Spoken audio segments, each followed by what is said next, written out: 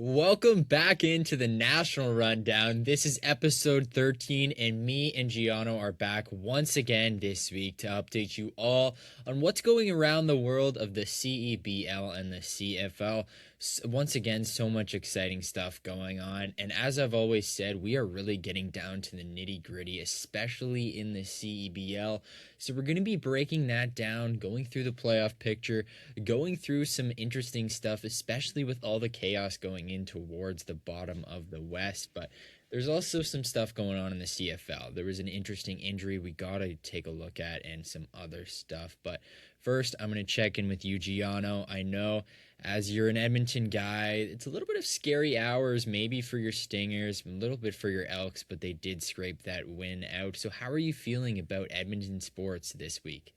I feel like he keeps getting better every week, to be honest with you. And it's not necessarily the easiest thing to be able to say. The Stingers have had their ups and downs, but I mean, you're right in the playoff mix. And I think, if you'd ask everybody, back at the beginning of May, if they want to be in that playoff mix, I think they probably would say yes, no matter where the seating is. All you got to do is just get in, and, you take care of business when you get there from. So I think that's really the big positive out of Edmonton in the CBL is you're never fully out of it. Calgary is proving that right now, and Edmonton's going to have to squash that. Hope if they want to make the playoffs. But I'm sure we're going to talk a lot about the Surge, all that stuff a little bit later. But in terms of the Elks too, I mean, big weekend this week. They're playing the Saskatchewan Roughriders in Regina. This is going to be a tough one. Obviously, going into Regina anytime is going to be tough for any opponent. So really a big gut test for the Edmonton Elks. See how they can actually really play against the defending Grey Cup champions and arguably one of the best teams in the league again this season. These are two heavyweights of the year kind of going head-to-head and seeing, are the Elks for real? I think that's the big question people are waiting to see, especially after, Nathan Rourke had that injury. Was it the first time that, people weren't able to actually have a true test against, Edmonton? So I really think that that's the bigger picture. There's just so much going on that, the Elks might be able to have an actual shot to legitimize their contender conversation. Yeah, absolutely. And to go off what you just said about the Nathan Rourke injury, we're going to get into all that. But again, really unfortunate news. Yet another star quarterback going down. It's really unfortunate for the CFL so far, but we will get into that. You also mentioned about Calgary and the Surge, and to say later this episode, we are going to have our Calgary insider, Maggie Sue, joining us to kind of give us a rundown on the Surge as well as the Stamps. She's going to give it all to us, kind of check in and see if how the Surge are really going to, find their way into these playoffs in those two big games coming up against the Stingers, and what's going on with those Stamps. The 2-4 start. It's a little bit of a pivotal moment, right, to try to get back on track and get to 500. So she's going to let us know everything about that, and we'll catch up with her later on. But to start things off, as we always do, let's get into that national pulse. Putting our finger right on the pulse, going coast to coast. And yeah, we're going to start it off with you in the West, Geono. What are some of those big storylines that maybe we haven't already talked about? Yeah, I feel like obviously the big part is that, starting in the CVL, it feels like the first seed is still as hot as ever, even though Winnipeg for the first time, it actually feels like they have a little bit of a lead. It's a one-game lead. They're just barely over Vancouver, but they're going to play each other, obviously, on Thursday night, the day before we are recording this. So, when that comes out, it'll probably already be decided. Personally, I do think it's going to be Winnipeg. In my opinion, I'm going to go lean Winnipeg on this one just because of the Xavier Moon, Teddy Allen duo absolutely scares me to, my bones. So I don't know how Vancouver is going to be able to adapt to that, but should be a fun one. Probably one of the best games of the year so far. And then the Mamba, honestly, they came out with a huge win last night over the Edmonton Stingers. They pull away by a game and a half over Edmonton for the third seed. So that's crazy, to be honest with you. It felt like Edmonton for the longest time was the best of the rest. all of a sudden the Mamba have kind of slid into that conversation. So, credit to them. Then Edmonton and Calgary are going to battle it out 2 more times before the end of the season. And that could be, that could define the 4 seed. So really that's the bigger one. Lots of stuff going on there with Summer League people. We're going to kind of get into all that stuff a little bit later in the episode. But honestly, the West is as tight as ever. In terms of the CFL as well, I mean, we got some big games this week. I mentioned off the top, Edmonton, Saskatchewan is going to be huge. Yeah. Whatever happens there, that's the top 2 seeds in the West. You talk about Calgary, Winnipeg, that's the 3 and the 4. You're talking about like some really big games because Calgary is 2-4, Winnipeg is 4-2. If Calgary starts to win that one and Winnipeg loses, it all of a sudden those 3 and 4 seeds look really close. All of a sudden, if they win, if Winnipeg wins, this starts to look like we're starting to see the real contenders in the West emerge. Then you got some really even the 5th seed in BC. They play some games. I don't want to steal too much of your thunder for the East out there and all that stuff. But man, it really feels like this is a week that the CFL is either going to really see its standings fully move up to be really narrow, kind of like what we're seeing in the CBL right now, or maybe there's a world where all the top teams start to separate a little bit, and we don't have as much of an exciting playoff race for a few weeks. But there's also a middle road where maybe we get a little bit of both. So obviously, lots of great stuff going on. I really feel like this week of the CFL, every week is really good, but this is a really good week for scheduling, just on everything. You don't look at a single matchup and say, there's nothing to fight for.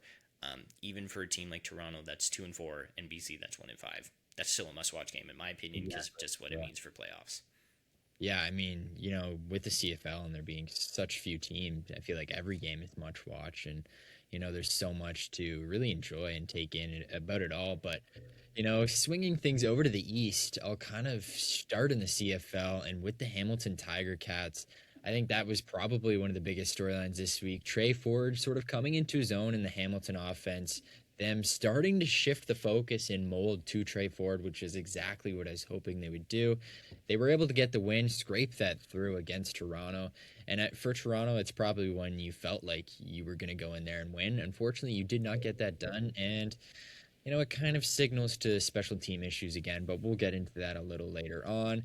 As for the rest of the East in the CFL, Montreal was able to scrape one out against Calgary, even though they were up 22-0 at one point in that game. We'll break that down. And then as for the Red Blacks, Calgary Stampeders fans were Red Blacks fans for sure, trying to bring Winnipeg back down to them. And unfortunately, Ottawa was not able to seal the deal.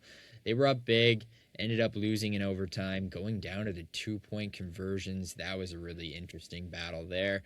But Dru Brown and Winnipeg were able to squeak that out. And then we look at the CEBL, and, that 2nd seed race is still as hot as ever. Every team except Scarborough has, a lot to play for still. And even Scarborough trying to close out that 1st seed. But, Scarborough's in a little bit of a scary hours to kind of talk about them briefly. They're kind of letting their foot off the gas a little bit. I know they've dropped a few, and they're only 3-2 in their last 5, and that's not something we've seen for their entire season up to this point. But to kind of push them to the side for now. Looking at Ottawa, they're going to have a big game against them today, which if Ottawa can take that game, it looks really good for them to make the playoffs, and we'll touch on that later on as well. But for Brampton, Niagara, they're sitting a little bit comfortable, but they don't want to get too comfortable because Montreal isn't quite out of it yet. Still just 1 game back, and although you might not love what they have, they've shown us all season that they can make something happen. So I think that pretty much does it, covering the brief storylines here on the National Pulse, and we're going to kind of recap everything more in depth now. So I will start it with the BC Elks game. I think that's probably the best way to start it off with that Rourke injury. Take us through that game as somebody who was really focused on it, and what did you see right off the hop? Rourke getting injured. I know it was kind of maybe one that wasn't necessarily expected, like it didn't look too bad. Kind of take us through that. Yeah, I think you kind of hit the nail on the head. That was exactly what I think everybody watching at home and at the stadium kind of felt the same way. It was like, did Nathan Rourke come out? I asked myself the same question. I was like, who's this? I'm like, I don't have the best vision. I'll state that, and it's pretty far from like the seats in the media center. So I'm like, sometimes it's hard to pinpoint if it's an exact player, right? Especially because they're facing the opposite way. You're not always going to know 110% of the time until you look at the stats and the game tracker. But I kind of noticed it. I was like, who's this guy? And I realized it on the first passing play. And I'm like, that's really interesting. Obviously, the broadcast explained it a little bit more, but really that was just a unique situation. I feel like Edmonton immediately was going to try to handle the run, shut down Butler. They did a good job of that. They did a great job all around. In my opinion, just in a game you probably knew was going to be, really, you're expecting Nathan Rourke to be at quarterback, right? And to be honest with you, I don't think there was probably any bit of what they prepped for in the week talking about Chase Bryce being the guy that's at QB, right? Yeah. So I think they did a really good job of being able to adapt to that. People might say, well, it is a backup. At the end of the day, it's a quarterback, right? They're going to control the offense a different way. You got to learn how to adapt to that, and that comes down to the coaches, right? The players aren't necessarily going to be the ones who know all this guy and know what to expect. So it comes down to coaching, in my opinion. It's not just best player up against best players. How well can your coaching staff adapt? And credit to this coaching staff, they did that. They did exactly that and more of what anybody could have asked them for. So I really liked what they came out with. This looked like a team that even when Rankin was not, getting the ball down the field, on the ground, he was able to do that in the air. He was able to help in the passing game. Overall, this was just a great win for this team. I asked Mark Killen post-game about what he thought about, being able to see his team win in a really close game and a low-scoring game. And he was really proud of his team. And that's the bigger part of where I think that this is a different team than last year. We talked about it in last episode. Being able to close out those low-scoring late games that are really close down the stretch come back to really pay dividends when you're talking about playoffs. And now they're doing that. So just this team continues to prove why they're a much better team than they were last year.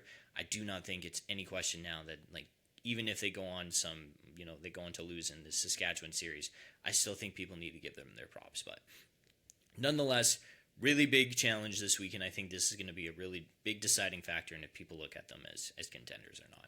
Yeah, well, one thing I kind of want to touch on there was, 2 weeks ago when the BC defense really shut down Rankin and that offense and were able to get the win. This was probably a game Edmonton wanted to come out and, not let that happen again. I think BC's defense, again, did a pretty good job, especially in terms of the run game. I mean, both teams shut down the run game. There was like a total of, 30 to 40 yards total rushing? Yeah, there was nothing. There was nothing all game. And I was like, how is Edmonton going to adapt to this? Again, you can call Justin Rankin really the only person doing stuff on the Edmonton offense, and I'm like, maybe that's right, but I think that there was a lot to be said about the fact of, like, Horvath had 11 rushing yards, right, and James Butler had 4, right, in 11 carries, that's pretty damn good. And when Cody Fajardo is your leading rusher for the Elks, I think that says just how much there was little room to be moving around there. So I think that was really the bigger takeaway from me too. So, but yeah, you hit the nail on the head. And too, if you look at the receiving core too, like, Cephas was right there. Like, that guy just almost broke 100 yards. Rankin was right there in the passing game, and then Austin Mack sneakily had a good game. He 40 yards does not sound like what you want out of him, but at the end of the day, I think it was something that was relevant nonetheless. Yeah, I mean, even Luther for me, like, he was great too. Yeah, like, he was big. He was big in that one. Absolutely. Like, that was that one drive. He had that really nice grab and then the touchdown as well. It was like, I think he, even just by doing that, cemented himself into the game. So I thought that was great. But yeah, like you mentioned, it was kind of like a team effort all around in the receiving core. Like, even Julian Grant wasn't really that much of a factor in this game. And that just goes to show that maybe this receiving core is deeper than, you might think. So I think there's that to be said. But, I mean, we can kind of move on to the Chase Bryce. Like, I kind of just want to talk about him briefly. For BC, going forward, right, if this is going to be your guy, he came into I mentioned all this mostly on the north of the end zone, breaking him down. But, coming into the league in 2023, he's only thrown about 30 passes total in all those years combined. And a guy who sat behind Trevor Lawrence in college and then got his time, I believe it was Appalachian State. So, yeah, he can, maybe bring you a little bit, but, 4 interceptions in this game, I don't want to take, too much look too much into that. It's a tough situation to come in, right? We said that with Tre Ford. We said that same with Algersma. And, you know, I'm going to give him a few weeks, right? See if this can be anything. But I don't think it's entirely what you want going forward. And BC at this point, even though it's still early in the season, it's rough goings, in my opinion. So, I see that too. yeah. Yeah. Yeah, I mean, we can kind of move forward from there now. It's a bleak note, but I'm sure we'll come back to them at some point.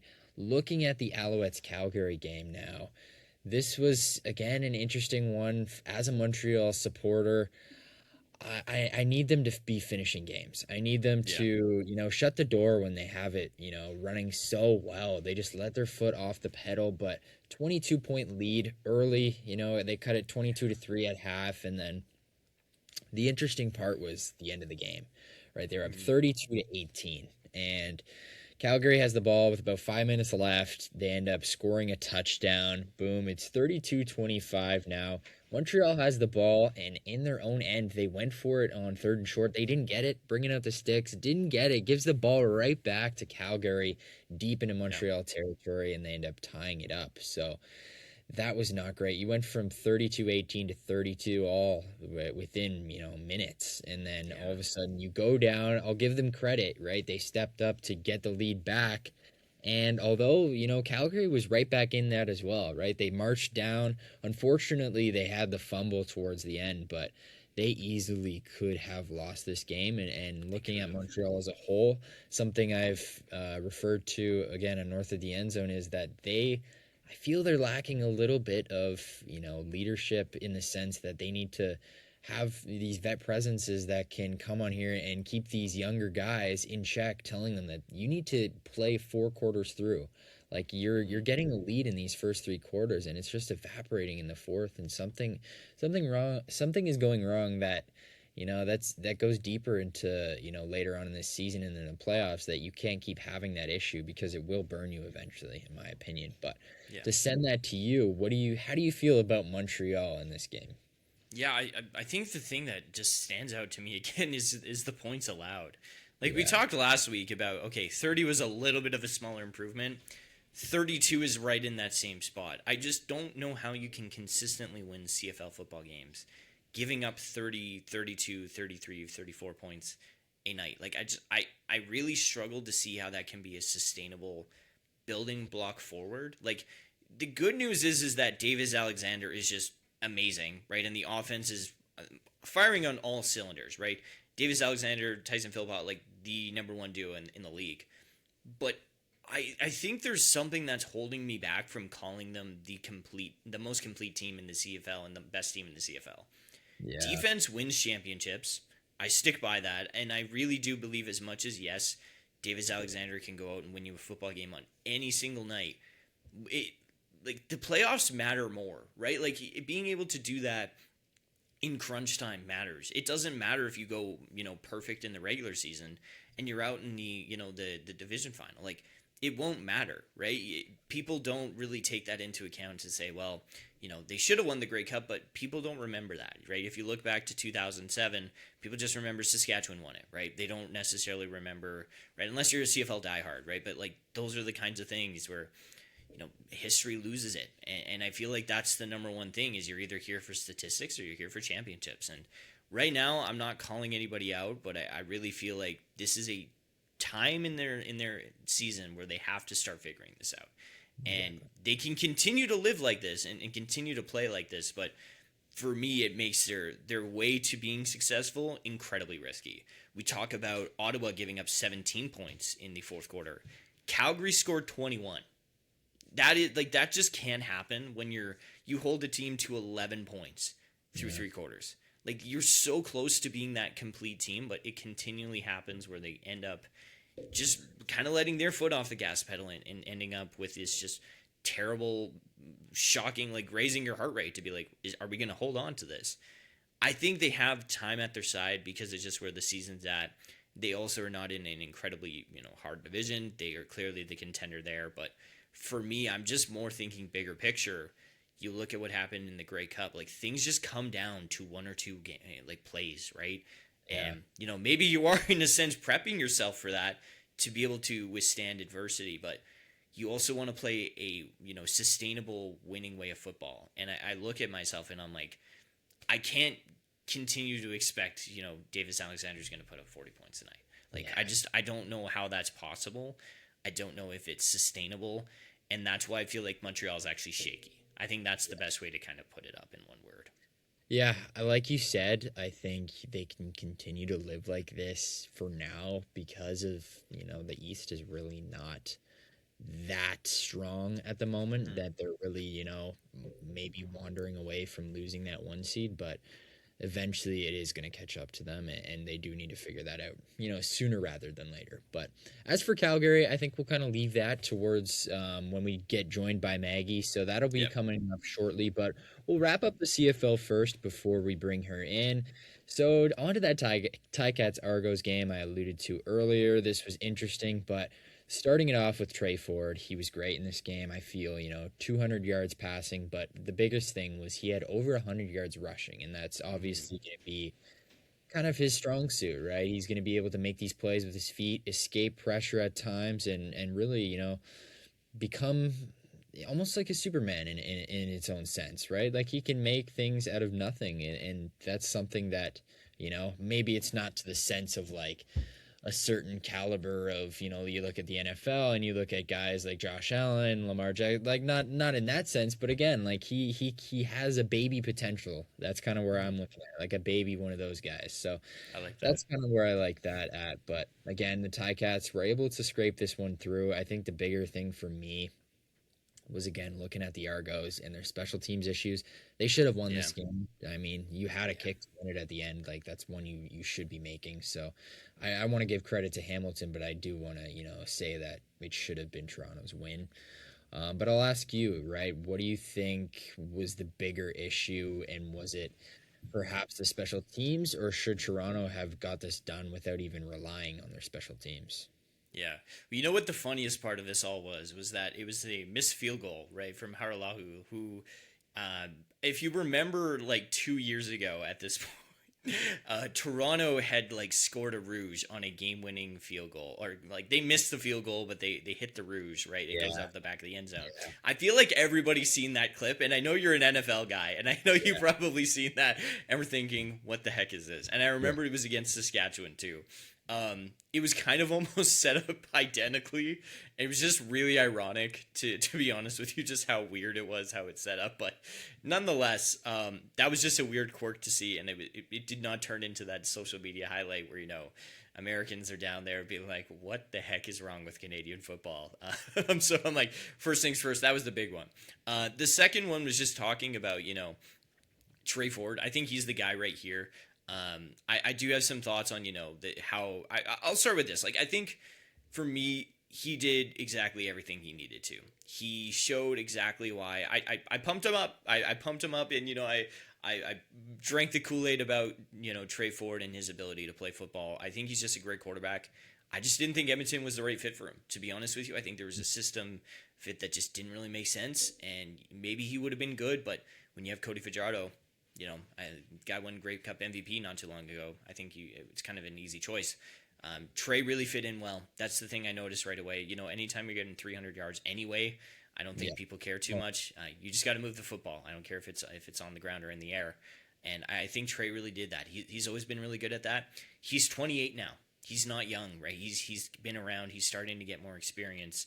I do think that this is the steadying factor until Bo Levi comes back, whenever that right. may be. But I think I'm gonna push back on this a little bit. I know you said Toronto probably should have won this, and I think you're right. I think you're 100% right in grand scheme of this. Before you tip off or kick off, like this is a game Toronto needs to win. But at the same time, Tre Ford was the backup last week. Like he didn't get Yeah. first team reps. He Yeah. goes into practice this week, the first time really playing with those guys, and I think the bigger thing for me was saying, okay, this is more where pure talent takes over, right? You think about Baker Mayfield on that like 24-hour turnaround time on that Thursday night football game. Like Yeah. sometimes you just need talent, right? Yeah. And you let talent go through, and it's not necessarily the scheme needs to protect you. You got to go out and win a football game. And obviously, 4 or 5 days rest more of an important than 24 hours. But bigger picture here is that Tre Ford came in on 1 week of being able to be, I'm the starter. I got to get on time with these guys. I've got to be able to find out how I exactly fit into the backfield, and he did that. Chad Kelly's going on week 6 games now of being the starter. This guy's in midseason form already. He did great. I don't think this is necessarily him. He's the heart of this team. Without them, they're not a good playoff team. They're not even going to make the playoffs in my opinion. So, if they did not have Chad Kelly, but again, taking it to Ford, like this guy came in and was right there. He was right there with Chad Kelly and gave him a run for his money. So in my aspect, I'm like, I actually think Hamilton deserved to win this game.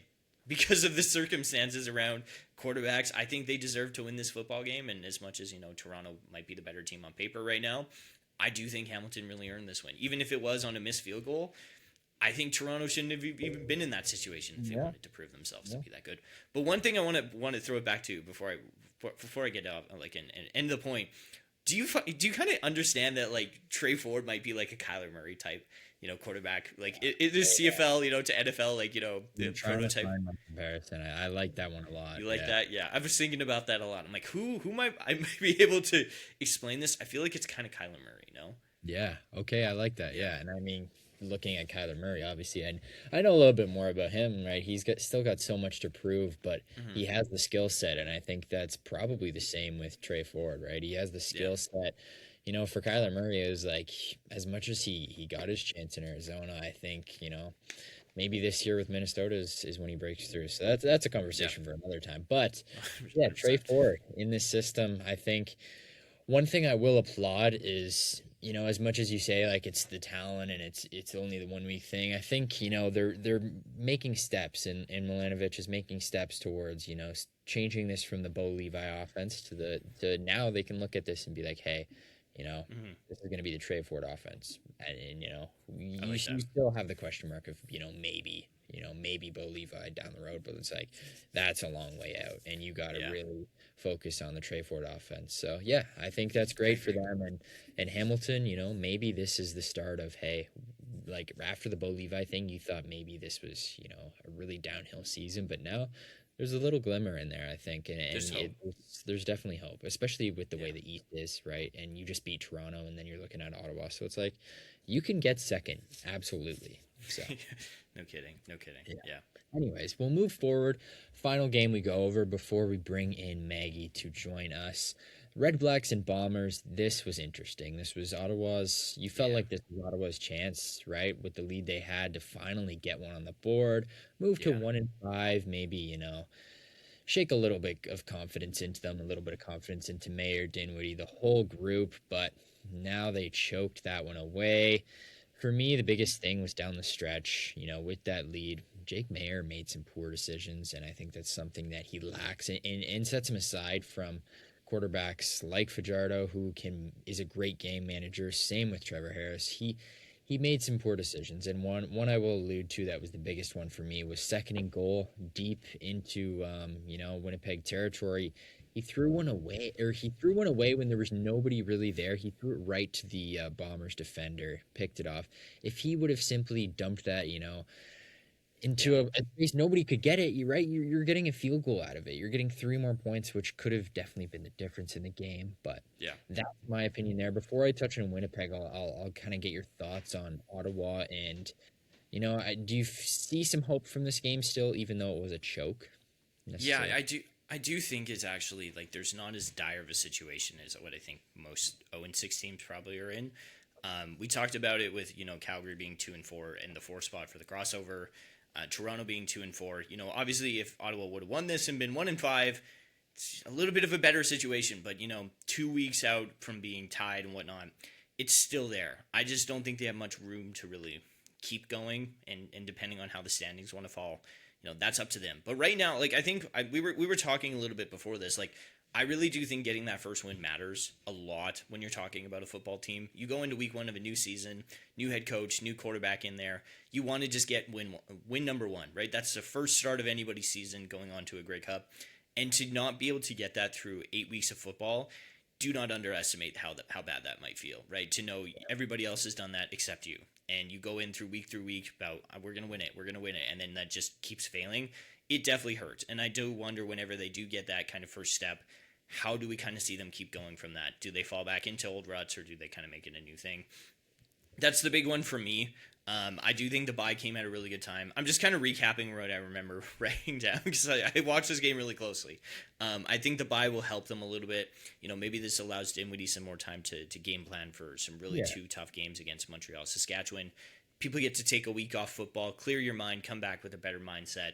Think of it like a new season. That's where I kind of think they're in this situation now. Will it help? We don't know, because obviously these are the two best teams in the CFL right now. But I'll say this as well. I did think Jake Mayer probably played his best game of the year. I remember 30 passes, completed on 40 pass attempts. Yeah. That's pretty good. 344 yards. Certainly felt like his best game yet. Definitely some fallbacks, and I think we've pointed that out a lot of times about, where we think there's room for improvement with Jake Mayer, but that was really good. The other thing I really noticed too, the difference between Edmonton versus this one was just how spread out the offense was. Pimpleton caught 5 of 6 targets, and he got 100 yards. Eberhardt had 5. There was a lot of spreading the wealth out, and then there was a few other guys that had 7 or more targets. There's 3 of them, and I'm like, that's really important because it means you're starting to become more comfortable, right? If you're just forcing it to 1 or 2 guys, you're predictable. Teams are going to figure you out, and when you're 0-5, 0-6, that's not going to work. I think they kind of showed that a little bit more, that hey, this offense has potential. When you have multiple people that can be, catching the football, teams got to cover all those people all of a sudden. And I think that was the biggest thing for me. But the panic meter is there. I think it's fair, 110%. There has to be some panic. You can't sit there and say, everything's sunshine and rainbows. It's not. I don't care how much people want to sugarcoat it. It's not. You're by far the worst team in the Canadian Football League, standings-wise. But I think you got to start to find a way of where is the kind of turning point. Where can you kind of right the ship, and where's your way back?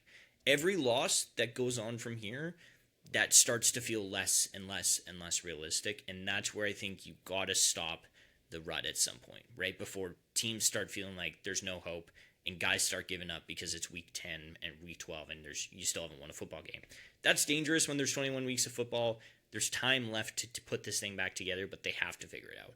They have to win one of these 2 games. Otherwise, I really don't think there's a way back for them. So my pick would probably be Montreal, just because of, again, Montreal's defense has been a little bit suspect. You think about Montreal, coming off the bye week, I think they play Montreal right away. That's what I'm looking for. If they can find a way to beat Montreal, I think it changes their season a lot, and I think that would be the game I'm looking for. Yeah, absolutely. And I think you kind of hit that exactly where I'm thinking as well, right? If you knock that off, that's really interesting, right? It's the worst team in the East knocking off the best, and it's weird to say that, but it feels like Montreal is a little bit volatile right now. So yeah, that'll be interesting for sure if that happens. But again, I'll just briefly touch on Winnipeg, right? This was the storyline going in, was Dru Brown's revenge game, right? And he eventually he did get the last laugh, but he wasn't necessarily great for the first 3 quarters. But again, the one thing about him, and I think this is kind of the difference between him and Mayer, for me at least, is I think Dru Brown is a guy who shines in the big moments, and he wants the ball, right? He wants the ball in those big moments, and he showed towards the end that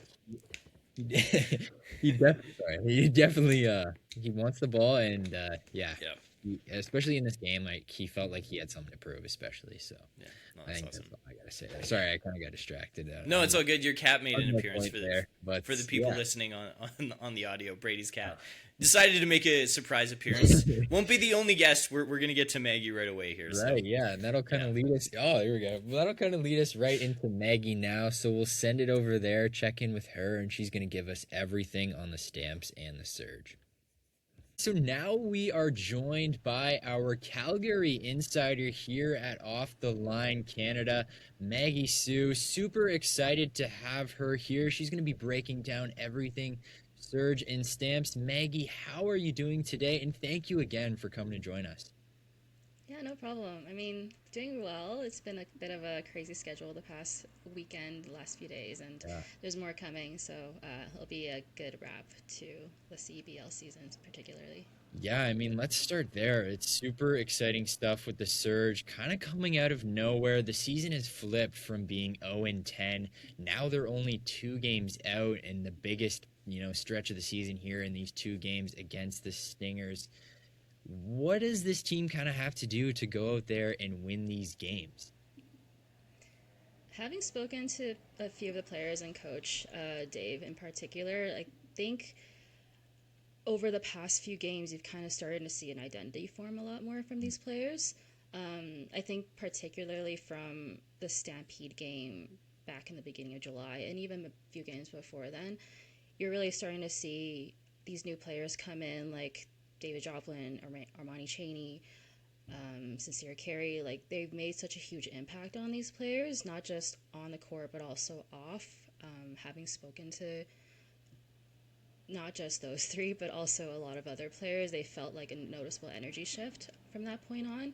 And it's just been really great to see them come together, start playing more of a team game as opposed to forcing things individually.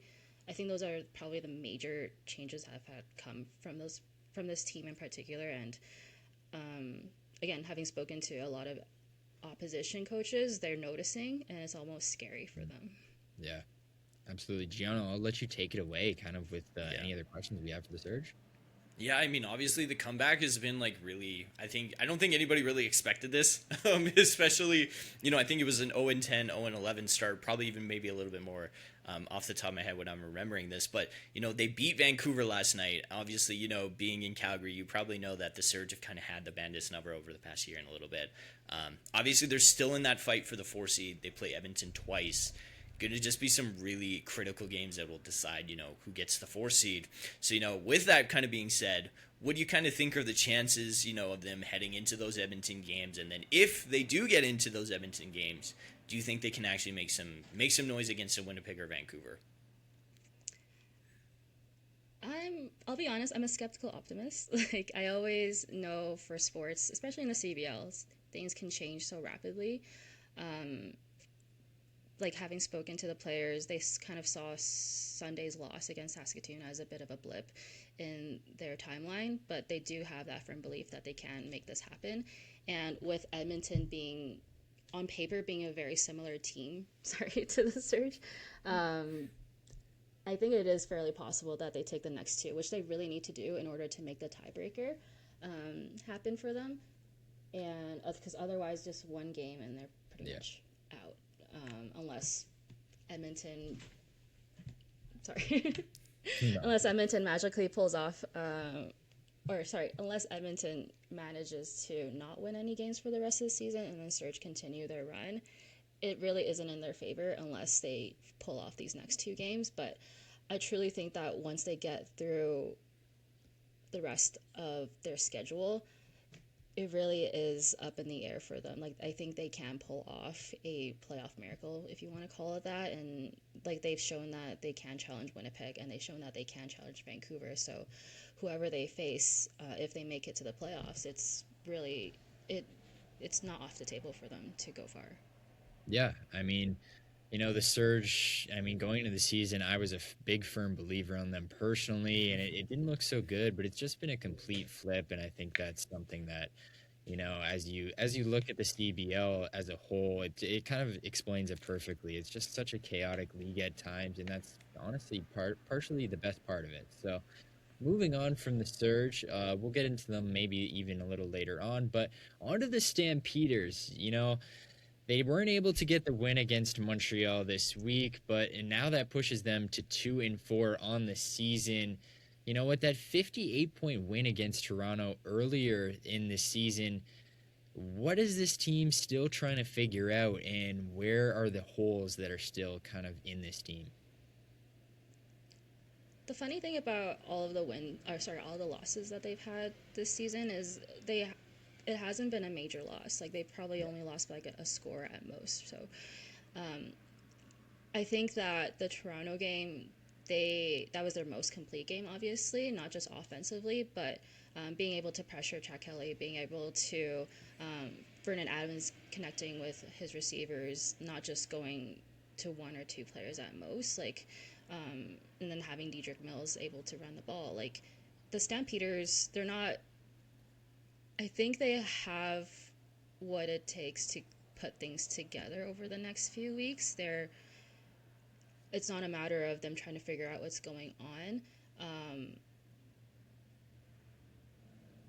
like I said, like they put a very complete game together, and I think we asked Coach Dickinson about like what he thinks the team needs to improve on, and he even pointed out that it's just a few errors here and there, and if those didn't happen, the games could have gone either way. Like they could have a winning record right now because it's just those one-off things that happen to them. Um, and I think it is just a matter of like looking at those things, going to video, looking at practice, and then who knows, at the second half of the season it might change for them. Yeah. No, I feel like that's kind of the thing that I was going to ask you right after that. Is that's like, what do you think they're getting? What do you think the difference maker is? I really agree with that. I think back to week 1 against Winnipeg, right? They were right there. When we're talking about them playing Winnipeg this weekend, or sorry, I think it's Winnipeg and Toronto, or maybe it is Calgary and Winnipeg. Either way, nonetheless, like there's a lot of nice stuff that's kind of going into the standings that could play in the Stamps' favor, but obviously, like you said, lots of stuff that they kind of just leave on miniature losses, right, of just a point or two. But I think that kind of proves that standings can be a little bit more misleading, especially early on in the season. So that kind of gives me a little bit more to this question that I was thinking about. Like, do you kind of get a sense that they're not panicking at all, or do you think that there's maybe a sense of that's starting to creep in more and more when you're thinking about, okay, post game, these guys are fresh off of just a result, and if it's a loss and you start thinking about, obviously a team wants to win a Grey Cup, do you kind of get the sense that they're still feeling steady and they still believe in themselves, or you start to feel maybe a little bit about an anticipation, or a little bit more get up and go about just nervousness about where they are in the standings? I wouldn't necessarily say that they're hitting the panic button quite yet. There is a lot of pressure on them this year, obviously hosting the Grey Cup in November, so they want to be there. They want to play at home, and I'm sure that does weigh heavily on their minds. But for them, I mean, it's just a sports cliche, but they're always thinking one game at a time, and um, statistically, they're not necessarily at the bottom of the league. Like they produce offensively, they're leading in like points for, but they are also conceding a lot of points. I think they also lead in that category, unfortunately. So it's it's a story on both ends. So, but what I found interesting was speaking to Vernon Adams after that Montreal game over the weekend. He took a lot of the responsibility, which is really interesting to hear. I mean, obviously, as a quarterback, you're the leader of the group, you're the leader of the offense, but he did take a lot on himself to say he needed to find a different gear for himself, like whether that was changing his pregame routine or something to get him started a bit earlier in the game as opposed to the second half, because that was probably. Yeah. I mean, obviously the Stamps won the second half. Mm-hmm. They can produce offense and they can run defense, but it was just a matter of trying to figure out what is going wrong for them in that first half. That later on, then he even mentioned that no loss has been on any of the players. Like I think it was Brooks or Brissett that dropped the ball, and that could have helped them tie the game, but he immediately went up to him and said, "It's not your fault. I should have started earlier." And I think that kind of speaks a lot to the locker room culture, where they're really not blaming each other, but they are like looking at what they can do better as individuals, which is going to help the team in the long run, which I think is a very interesting take from them, because like I said, I don't think they're panicking yet. They're not freaking out over, well, we're not going to make the playoffs, we have a losing record. For them, they're fully aware of what they need to do better and what they need to go right in the coming games. Yeah, I think you honestly kind of lead me perfectly into my final question here as well for myself, that in terms of VA, kind of looking at this in a bigger picture in kind of the hierarchy of the quarterbacks in the CFL, there may be like an upper echelon rather with Davis, probably, a healthy Bo Levi, even Trevor Harris, considerably. Would you have VA in that category as well, or would you maybe have him a tier below, the likes of those guys? That's a really great question, honestly. Like, I feel like I'm extremely biased having spoken to him a few times already, but I think he does have the mentality to be at the top. Like, the numbers might not completely show for him to be at the upper echelon of those guys, but the leadership quality and honestly, just looking back to when he stepped into the Stampeders a few years ago, like the energy shifted so drastically for them. Like you had Bo Levi with the Stampeders, you had Jake Mayer with the Stampeders as well, but coming from a Stamps fan and watching them over the years, I think there was that culture shift that needed to happen, and like Vernon Adams just brought something new that people aren't really recognizing because like maybe they're not winning as much or they're not putting up as the numbers that those other QBs have at the moment, but like he is a significant cornerstone to this team now, and it's honestly kind of shocking knowing that he's only been here like a couple of years. No, 100%. It's definitely it's already feeling like VA's like kind of got his home staked out in Calgary, like, and it's crazy. He was here last year, and all of a sudden it's like, oh my gosh, it's like all of a sudden they're a really good football team, and VA's kind of been able to reignite that, especially since the year before he came in. That was the first time since neither Edmonton or Calgary had made the CFL playoffs since like 1949. Just bonkers stats, but nonetheless, that's me being a CFL nerd. Getting back into that and talking some playoff, things about, where we kind of look into the situation with Calgary. The Surge are right there, and I was wondering to try to get your opinion on this. Two really different directions in the team season. So I wanted to get your thoughts. What do you kind of are more confident in before the end of the season? Do you think that you're more confident in the Surge completing the comeback, and beating Edmonton and finding a way to get into the playoffs? Or do you kind of lean more into the fact that you're more confident in the Stamps being able to take their maybe a slower start and turn it into something a little bit more consistent down the road? That's so tough. It's like picking your two favorite, like it's like picking between your favorite kids or something.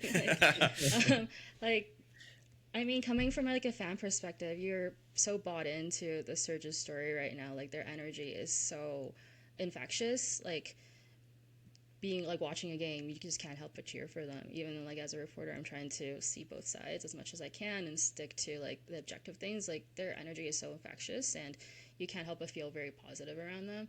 But then at the same time, like the Stampeders are kind of that old reliable. Like that they're gonna battle through. They are a resilient team, which is interesting. Like those two aligning storylines between the two teams being like about resiliency and overcoming these obstacles and working out these like just fine tuning these smaller details to find success. But honestly, I don't know if I could truly pick, but I feel like in terms of predicting who might make the playoffs, I might actually lean more into the Surge, surprisingly. Like, what is stopping them at this point other than, I mean, there really isn't much that will bring down this team at this moment. Like, even if they do end up missing the playoffs, like, mm-hmm. the way that they've been able to regroup themselves over the past month has been incredibly shocking and a very good story. Yeah, I mean, I think you kind of wrapped it up perfectly there for us. Like looking at both of these teams, resiliency, obviously, but again, I think we're deep down. I mean, personally, I'm rooting for the Surge to get this done, but I think we can all, maybe not Geono as an Edmonton fan, but the rest of us as a collective can be rooting for the Surge to finally, get over that hump and make their way into the playoffs and see if they can really make some noise. So I think that's going to do it, but I do want to thank you again for taking the time here to join us, giving us all your insights on the Surge and the Stampeders. And yeah, we're going to send it back to TNR and finish the rest of this show out. But thank you again, Maggie. All right. Thanks, guys. It was fun. That is all for our free version of the National Rundown. If you enjoyed that, go subscribe to our Insiders portion. For only $2.99 a month, you can get our debates, news, headlines, and more. So make sure you go do that ASAP, and we will see you in the next one.